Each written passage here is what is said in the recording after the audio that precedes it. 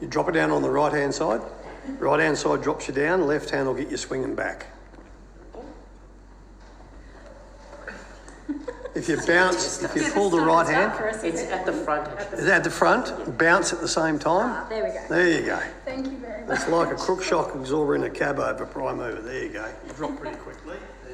Hope you're comfortable. Now, I just wanted to take the opportunity to welcome witnesses from the Australian Tax Office. And if you could please give your name and the capacity in which you appear today. Certainly. My name is Michelle Allen and I'm the Acting Assistant Commissioner of Risk and Strategy, Superannuation and Employer Obligations. Thank you. Thank you. And I'm George Montanez. I'm the Assistant Commissioner responsible for Phoenix and also the Deputy Chair of the Phoenix Task Force. Tremendous, because if there's two things I want to talk about, it's phoenixing and the other one is sham contracting. So would you like to make a brief opening statement before we go to questions? You go first. Yep, thank you. Thank you for your time today. So the Commissioner has no bias towards different ways of engaging labour, as long as the appropriate tax and super obligations are being met for the correct arrangement that's entered into. The vast majority of employers do the right thing. However, we do treat non-compliance very seriously in respect of tax and super obligations. We use a range of strategies and activities to educate, support and monitor employer compliance. Single touch payroll and more regular superannuation fund reporting of employer superannuation contributions have improved our visibility of employer compliance. The ATO continues to support businesses to correctly classify their workers for the purposes of ABN entitlements, pay-as-you-go withholding requirements and superannuation guarantee payments through practical advice and guidance, which is available on our website. There are different tax and superannuation and other obligations that are beholden to the entity when they engage a person, depending on whether they're correctly engaging a contractor or an employee. Where we identify that an employer or a business that has inadvertently misclassified their workers, we will provide assistance for them to transition their staff to the correct classification. If a worker is found to be an employee, an employer does have obligations to withhold tax and remit it under the pay-as-you-go withholding system, but they also have requirements to make super guarantee contributions to the employee's nominated superannuation fund. And we will work with them to help them resolve those issues. In respect of sham contracting is a contravention under the Fair Work Act and can be dealt with by the way of imposition of penalties through civil penalties. It is behaviour that has broader implications than tax and superannuation obligations. Our understanding it is about avoiding all workplace entitlements that sit above tax and super obligations. Yep.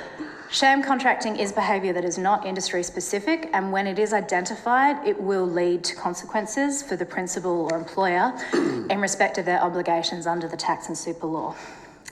When the ATO investigates a worker classification matter, so that's what we term an arrangement where somebody is not sure whether or not they are a contractor or a worker.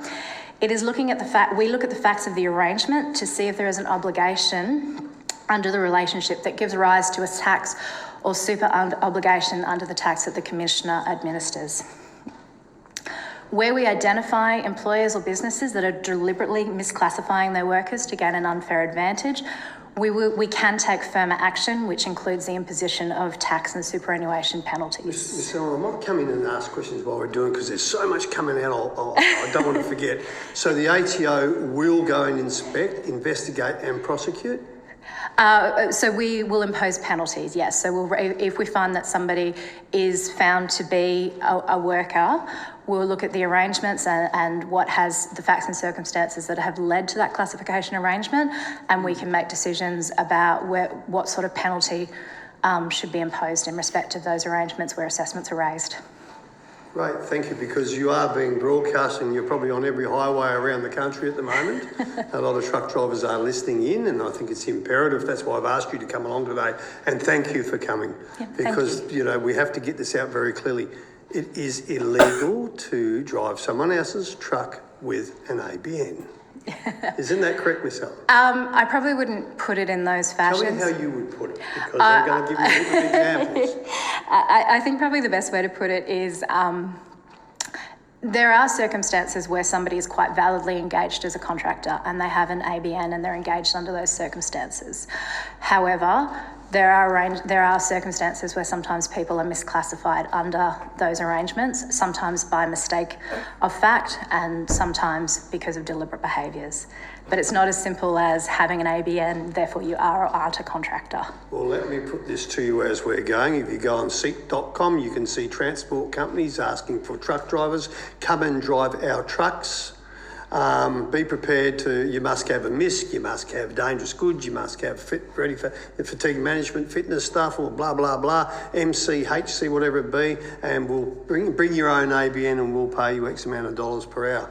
How can that be illegal when a transport company is asking for drivers to come along and do that? Because I'm going to give you an example of a mob in WA, and you people, I'm not criticising you, through your actions, they had to refinance their house.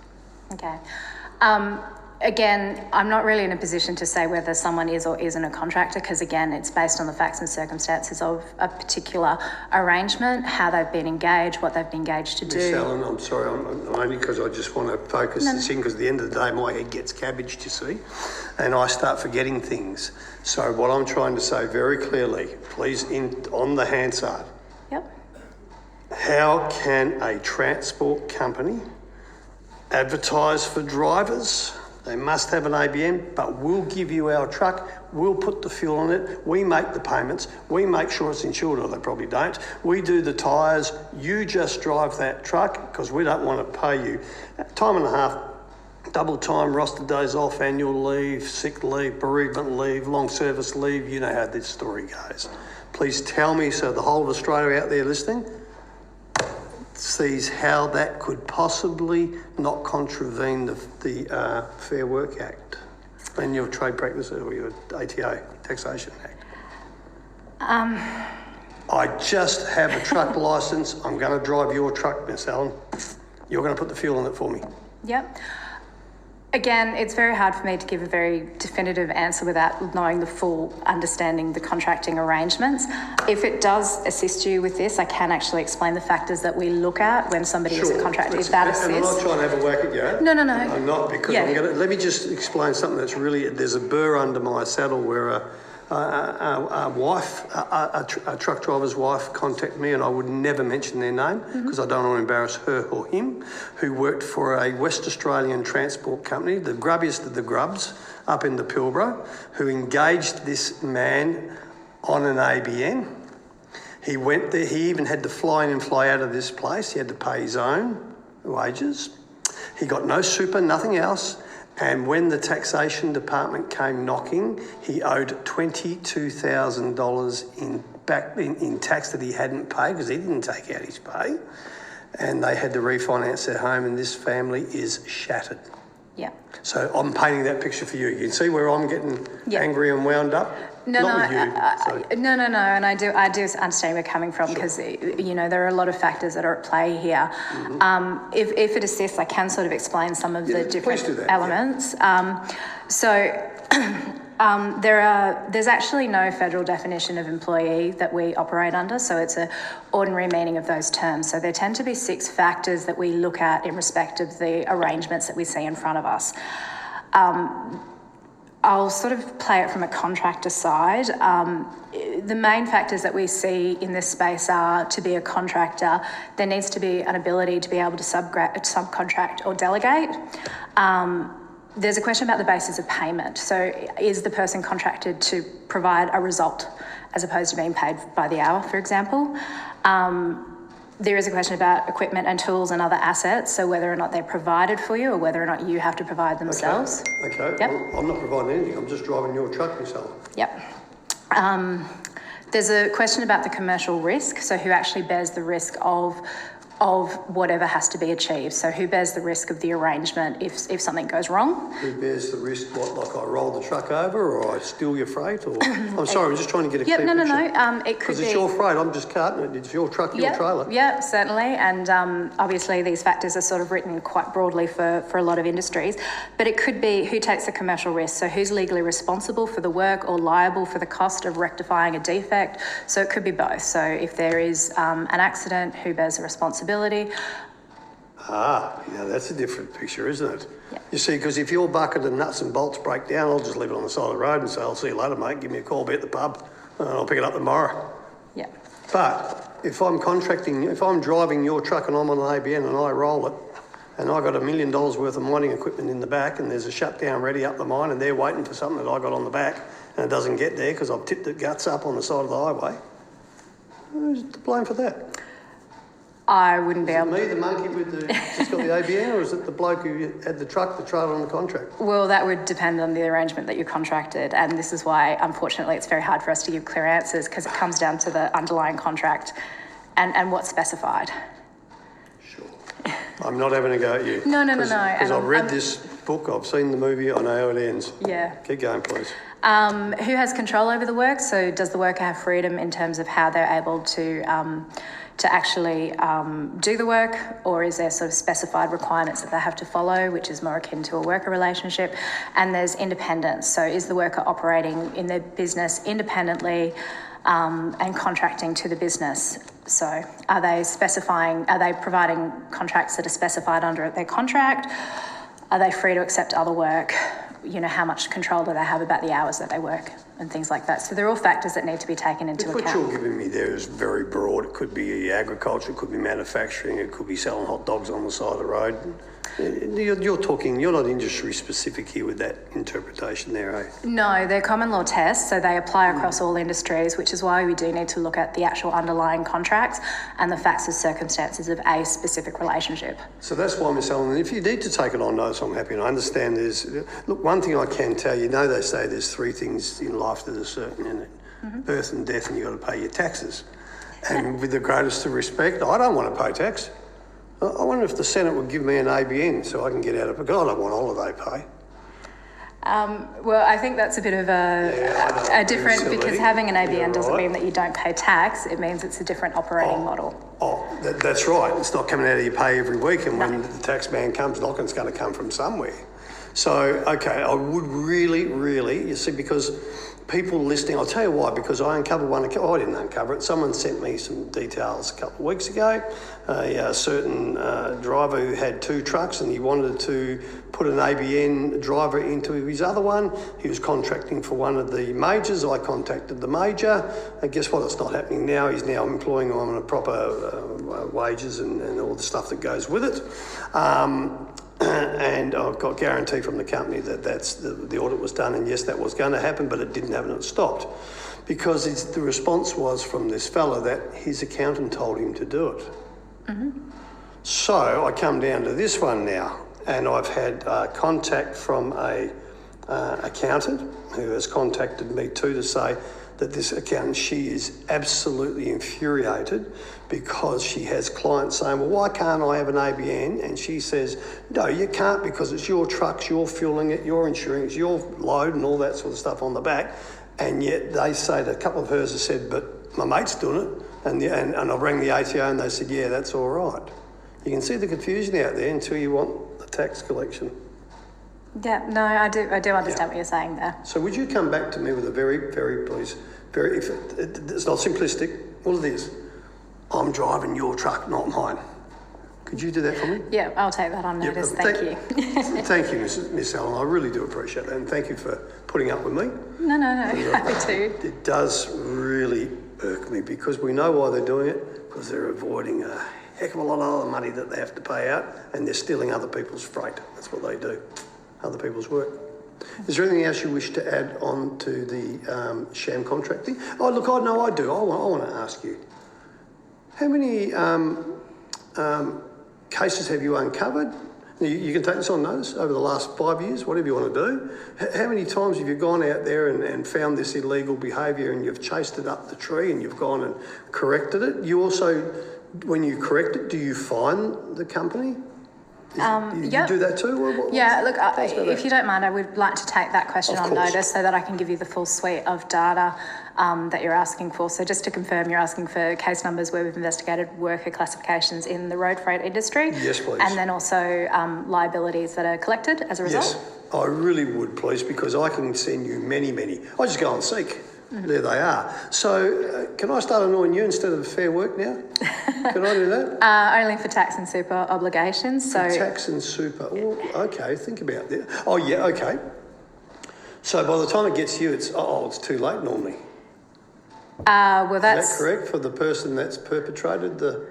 not necessarily. No, I think it just. Oh, okay. So, Miss Allen, if I think that I'm doing the right thing with an ABN, because some people honestly think they're doing the right thing. Yep. Some employers think they're doing the right thing. Yep. So if all of a sudden you come knocking on my door and say, like this poor devil that was driving for these, it'd be nice, these things in WA and got the $22,000 bill, and they tried to explain that there wasn't their truck and all that, the taxation department still got the money.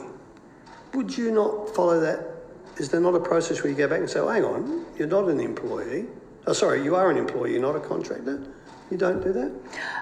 If I got you, sorry, Miss Helen, if I got you off the record, and I really don't want these people's name out there, the case, is it too late for you to have a look at it for me? No, we could investigate that and have a look at that as a matter, but obviously we need to. Look, I'd like to, and I don't want this on social media. I don't want any. If I'd like the ability to say they were wrong, they were done wrong. Mm-hmm. So if I can get those details, if I get the permission of the people I'm talking about, I'd love to be able to come back to you. Yeah, most certainly. All right, thanks, Miss Allen. So sorry I cut you off again. So you're knocking on the door, taxation department.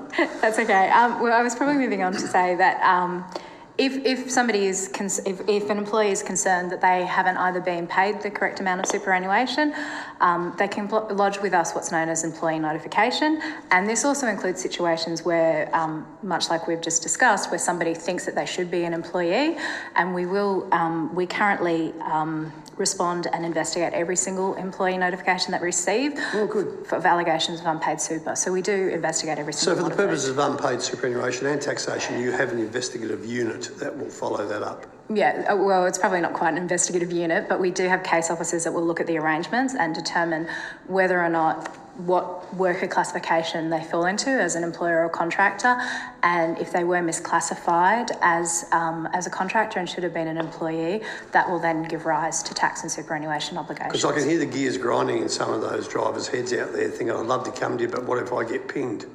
But that's not the case. If they haven't done anything wrong, they're not going to get pinged, are they? Well, no, because if they're working as a contractor and meeting all their obligations on that side of it, they're not going to have those issues. No, but if they're driving someone's truck and all they've got is an ABN and they're not getting any super and the tax is not being taken out of their pay, you won't come for them, will you? If they're deemed to be an employee. If they're deemed to be an employee, no. If they're deemed to be a contractor, they have obligations as someone that is running a business. All right. Okay, here's a simplistic one before I come to you, Mr. Martinez. Okay. Here's another one of my make-up ones. What about if I walk in and I say to the person who owns the trucking company, I've got an ABN and I'm a contractor.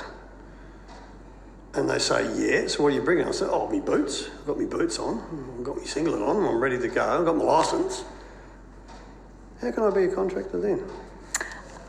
Again, our advice to anyone that is engaging anyone, whether as a contractor or an employee, before engaging them, they should look at the arrangement and determine the correct classification. There are circumstances where individuals would like to be classified as a contractor, and it's not always appropriate, and people need to be engaged under the right working relationship, because it's not always the hiring firm that wants people to be contractors. Individuals themselves want to be treated as contractors. So, all right then. Oh, okay. So, Ms. Allen, can I, as a truck driver, with no tools, no truck, no client, nothing, no insurances, can I come to you and say, you know how you've got all those trucks parked in the yard but you've got drivers on, but I don't want to be on wages. Can I contract for you but I'm bringing nothing? Can I do that? All you know is, here's Glenn Steele the truck, he got nothing else but a licence. And I mean that sincerely, can I do that? Well, again, the hiring entity needs to look at the arrangement and make sure it's classified correctly. So the fact that somebody wants to be treated as a contractor when they're not operating as a true contractor under law, they shouldn't be engaged under that manner. Thanks very much, Ms. Owen. You've been so helpful. Don't go away. I do want a question. I'm going to come to you, Mr. Martinez, but I've got an SMS from my good friend Trevor Warner, the driver's advocate, and I've got to read it. And Trevor's been banging on about this sort of stuff for years, and I just can't work out how to get on. Here we go. So this is Trevor's question for the ATO. What do you think about all the wages that are lost to a poor ward structure and how the kilometre rate definitions allow work to go unpaid and the taxes that don't get paid? So what that means is, what's come out of this inquiry very loud, a lot of drivers have said this. So in Australia's, under the laws here, that we have regulated driving hours, as you're aware, for certain vehicles over certain sizes. A lot of drivers have said to us that when they're waiting in the lines at the wharf, steel yards, distribution centres, they don't clock on, they don't fill in their work diary, and they don't or their logbook, because you see they're not getting paid for it. So while they're moving the truck, 40, 50 feet every time someone moves on while they're waiting to get loaded, if they included that hours, they wouldn't be allowed to drive at night. That's where Trevor's going along those lines. Mm-hmm. But also, so I hope that I hadn't made it too confusing there, but also we have kilometre rates being paid in this nation. Look, I'll let you answer the first bit, then I'll come to the kilometre rates. Okay. So in respect to the first bit, that is, it's a workplace issue under their award about what they should be paid for. Absolutely. So superannuation and tax is determined on what's being paid to an individual. So if there are issues in respect of how they're being engaged and whether or not they should be paid for particular hours, that in itself is not something that the Commissioner... ATO doesn't do? No, got all that, that's fine. Yep. So come back now to the kilometre rate. Mm-hmm. So we have awards, we have a long distance award here, long distance drivers award, and they get a kilometre rate, and the whole intent when it was all set up was rather than pay drivers hourly, they'll give a kilometre rate and will include what you would normally work as overtime and all that sort of stuff. Over the years, it should not come as a surprise that it has been, I was going to say bastardised. Am I allowed to say that? Is that a word? Anyway, you know what I mean, okay? No, yep. So there's all this rubbish going around that the companies say, we'll pay from GPO to GPO. Well, the truck driver doesn't go from GPO to GPO. They might have 3 deliveries out the other side of Melbourne, 3 pickups the other side of Sydney. They're doing heaps and heaps of work, a heap of a lot more work, but not getting paid. So would that be a taxation issue, or should that be a taxation issue because that's been rorted, that there's so much underpayment in this nation? I would suggest that that's actually an award issue in respect of how people are engaged and how they're paid under a particular award, which again is not under the administration of the Commissioner. No, I get it, but we know if they were paid properly where some of the 30-odd% of it would be going. We've got you, that's right. That's great. Okay, thank you very much, Ms. Allen. Now, Mr. Montanez, Phoenixing. I'll let you do a brief opening statement and then we'll get into a discussion, because I reckon there's one way of fixing them, shooting them. But anyway, you can't do that in this nation, can you? First, I would like to note that the majority of Australian businesses do the right thing. Yep. Businesses fail for legitimate reasons and that are not associated with Phoenixing. And in fact, sometimes it's in the best interests of the creditors that companies are liquidated. We're also very much aware that many businesses are struggling as a result of COVID-19. Of course, we distinguish between businesses that require business rescue due to COVID-19 or for some other legitimate reason, and those that deliberately set out to abuse the system. Illegal Phoenixing, just by way of background, is where a new company is created to continue the business of a company that has been deliberately liquidated to avoid paying its debts, including taxes, creditors and employees, and this behaviour can be repeated many times. Sometimes illegal Phoenixing is where a director simply abandons a company without undertaking liquidation and leaving the debts unpaid, or where assets are inappropriately transferred from an individual or a company to a third party, so they're not available for the creditors in liquidation. PricewaterhouseCoopers has estimated that the impact of illegal Phoenixing on businesses, employees and government is between $2 billion to over $5 billion annually in terms of the cost of the community. Wow. And Phoenix activity directly impacts the community through the loss of tax revenue, superannuation. It impacts adversely on small business owners, employees and subcontractors through the loss of income and entitlements. And no particular industry business type is immune from its impacts. In the Phoenix Task Force, we have a focus on property and construction, labour hire and promoters and facilitators, but we undertake compliance action on all high-risk Phoenix operators in all industries, Of particular concern to us are individuals who promote or facilitate illegal Phoenix activity because their activities have the effect of increasing damage from that activity. And untrustworthy advisors provide bad advice to businesses that would otherwise do the right thing, and they also compete against reputable advisors that provide sound advice. Established in 2014, the Phoenix Task Force comprises of 38 federal, state and territory agencies that collectively work together to reduce the incident and impact of illegal Phoenix activity. It's led by the ATO on a whole-of-government coordinated and strategic approach, and it comprises law enforcement agencies, corporate regulation, workplace rights and entitlements, or agencies in that field, the construction industry, labour hire licensing and consumer affairs. A significant part of the strategy of the task force is communication, education and providing assistance and help to ensure that businesses understand their obligations. And for those that actively avoid their obligations, the task force acts to disrupt the business model, to either bring them back into the system or remove them from the business and penalise them. We use a wide range of data sources and analytical techniques to identify the behaviour, and some of our approaches include audits, raising liabilities, imposing administrative penalties and interests, debt recovery action and pursuing debts through bankruptcy and insolvency action, making directors personally liable for their company's tax debts, and we also refer matters to for criminal prosecution to the Serious Financial Crime Task Force. In terms of the results, since the task force commenced in 2014, from November 2014 up to 31 March of this year, we've raised more than $1.4 billion in liabilities from audits and collected more than $675 million in cash. In 2019-20, we completed 5 joint agency operations, 5 criminal convictions were recorded and 11 directors were banned and disqualified. We currently have 9 active joint task force operations, including one focused on an entity in the transport industry. There have been a number of measures over the years that have been introduced to combat this activity. Firstly, there's been the establishment of 3 task forces, the Black Economy Task Force, the Serious Financial Crime Task Force, and of course the Phoenix Task Force.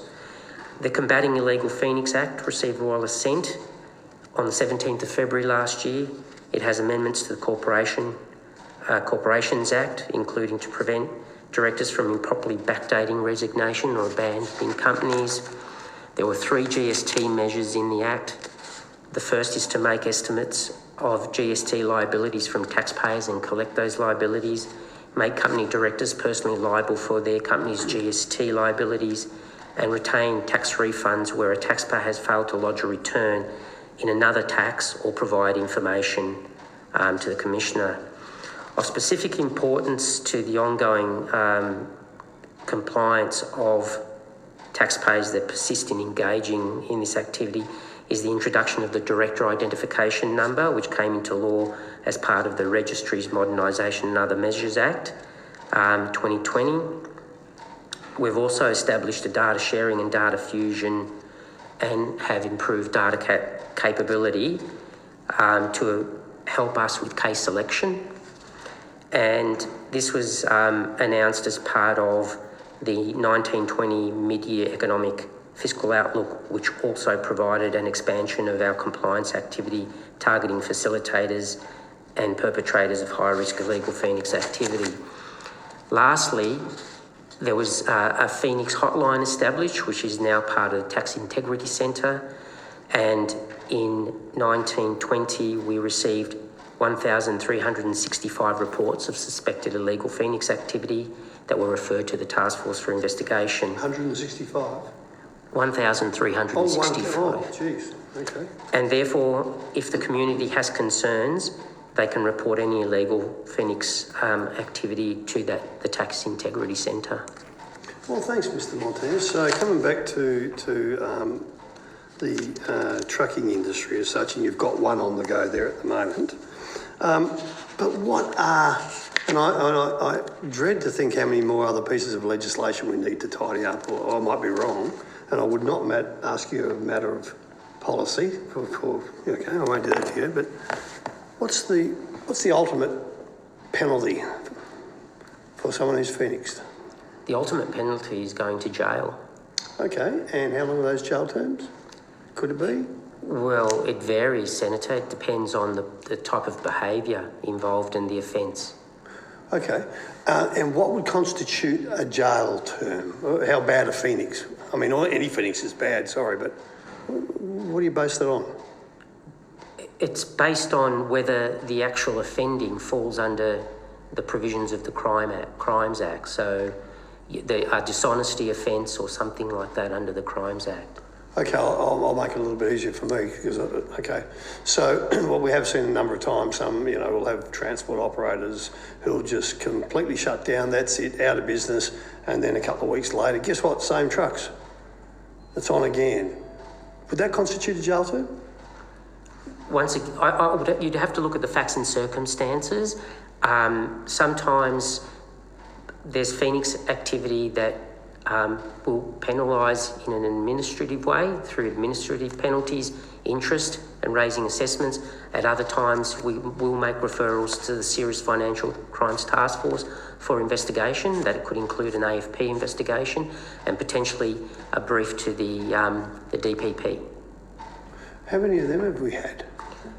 Prosecutions, I can take that on notice. Yeah, I don't have the figures on how many prosecutions. Look, I would make it easier for you if I could, Mr. Montanez, because any form of phoenixing is just the pits. But if it's specific to the road transport industry, if you could do that for me, please. You've taken on those. How many have been brought to your attention you've been on the task force we go since 2014, you said, is that right? What I can say around that is that from 2014-15 to the 31st of March 2021, we have raised $58.4 million in liabilities in the road transport industry and collected $14 million in cash. So that's from an administrative perspective. And is that available, that information available to the committee? We don't normally report on an industry basis. I put these together just for the purposes of the hearing today. Right. But we usually, because we work on high risk cases rather than necessarily on an industry basis, we don't generally keep those statistics. On prosecutions, we could probably, because of the numbers are quite small, we could review those. Okay, that's fair. Then I'd ask if that's possible, Mr. Montanez. I would appreciate that. What do you do if you get repeat offenders? Is that the serious stuff where it goes to the DPP? If they're habitual and Phoenix in itself is a serial, they are in a sense repeat offenders because of the nature of what they do. It's for those. That's why I asked. Yeah, it's for the very, very high risk ones that if the facts and circumstances meet our processes for referral, we will refer them to the Serious Financial Crime Task Force and for an investigation. And just out of curiosity, how many have we had anyone sent to jail? I don't want to know. Oh, you can name them because they're crooks, but I wasn't chasing that. But for Phoenix, for Phoenixing, yes. And how many? I can't tell you that. I can take it on notice. Oh, if you could, please. It'd be interesting to know. Yeah, and if there's any road transport, that's fine. All right, look, that helps me out. So. Excuse me, it's the start. There'll probably be a lot more questions I can't think of at the moment. But I have no doubt that and the beauty of the trucking industry is all the truckies know who's Phoenix. They're a great source, so I'm sure they'll let everyone know. Now, just coming back to, if I may, just one I forgot, if I may, Miss Allen, in terms of, it's all right, you're not in trouble. You're one of the good guys. If there is a breach in sham contracting, and an employer, and we've got a couple, the Fair Work have got a few doozies, they've been doing. They've got a ripper on the way now at the moment. But do you guys follow up with the accountant who gave the advice? So I think a lot of this depends on whether or not the accountant's still engaged for the individuals. But it depends on who's representing the employer in respect of the matter. So we tend to deal with the employer or their representative. If they have received advice incorrectly, that's not something that, it's a factor that we may take into consideration when we consider whether any penalties should be imposed. But our obligation lies with the employer. Oh, okay. But if they do say, hey, I didn't know, I was trying to do the right thing, this is what he told me to do or she told me to do, you won't dismiss that, would you? You'd follow that right down the rabbit hole, wouldn't you? Because some people can make mistakes. Someone said, sorry, Miss Allen, someone said earlier on, you know, maybe the accountants aren't the best people to ask for taxation advice, for business advice. Taxation advice, that's what it was. Someone did say that. So again, it's sort of a bit hard to say because we are dealing with the employer. Our ability to engage the tax agent in respect of what's happened there is a bit limited. There is a separate authority that monitors and regulates tax agents, so people can certainly engage them if they have who's concerns. The Tax Practitioner Board. Tax Practitioner Board. Yeah. So they're the ones that, what do? They police the... So they regulate the tax practitioner community. Oh, okay. So if you've uncovered this sort of behaviour going on, do you report them to the Taxation Practitioners Board? We do have the ability to refer matters to the Tax Practitioner Board if we think that there has been sort of some untoward behaviour in respect of the tax agent. And is half the problem the employer not giving up the tax agent, or what is it? Is it varied? I really don't know? couldn't. That's all right. I couldn't say. I'm sorry. That's all right. That's okay. I get that. There are many good taxation agents out there, and I know that. It's just unfortunate there's the odd crook. There's even crooks but mind you, the jails are full of people that aren't crooks, aren't they? On saying that, can I just thank you very much for your time today? I appreciate that. We've given the 10th of May, was it, Paula, close of business for questions that have taken on, answers to questions taken on those. If you could come back to the committee with that, that would be greatly appreciated. Mr Montez, firstly. Miss Allen, thank you very much. Thank you. See, it's not estimates. No one's in trouble, okay? So can I thank you kindly for making the effort today? That's been very informative. Now, I'm just going to go to the informal bit and say, well, look, that concludes today's hearing. And of course, I couldn't have done it without the fantastic work of Hansard Broadcasting. Thanks, guys and girls. You're absolutely brilliant. You are the soul of the earth. And of course, Paula and her crew, but Paula and Jason on this inquiry. And round two tomorrow, where we've got some very interesting witnesses where we will look forward to asking questions tomorrow. Thank you. Thank you very much. Thank you The so committee now stands adjourned.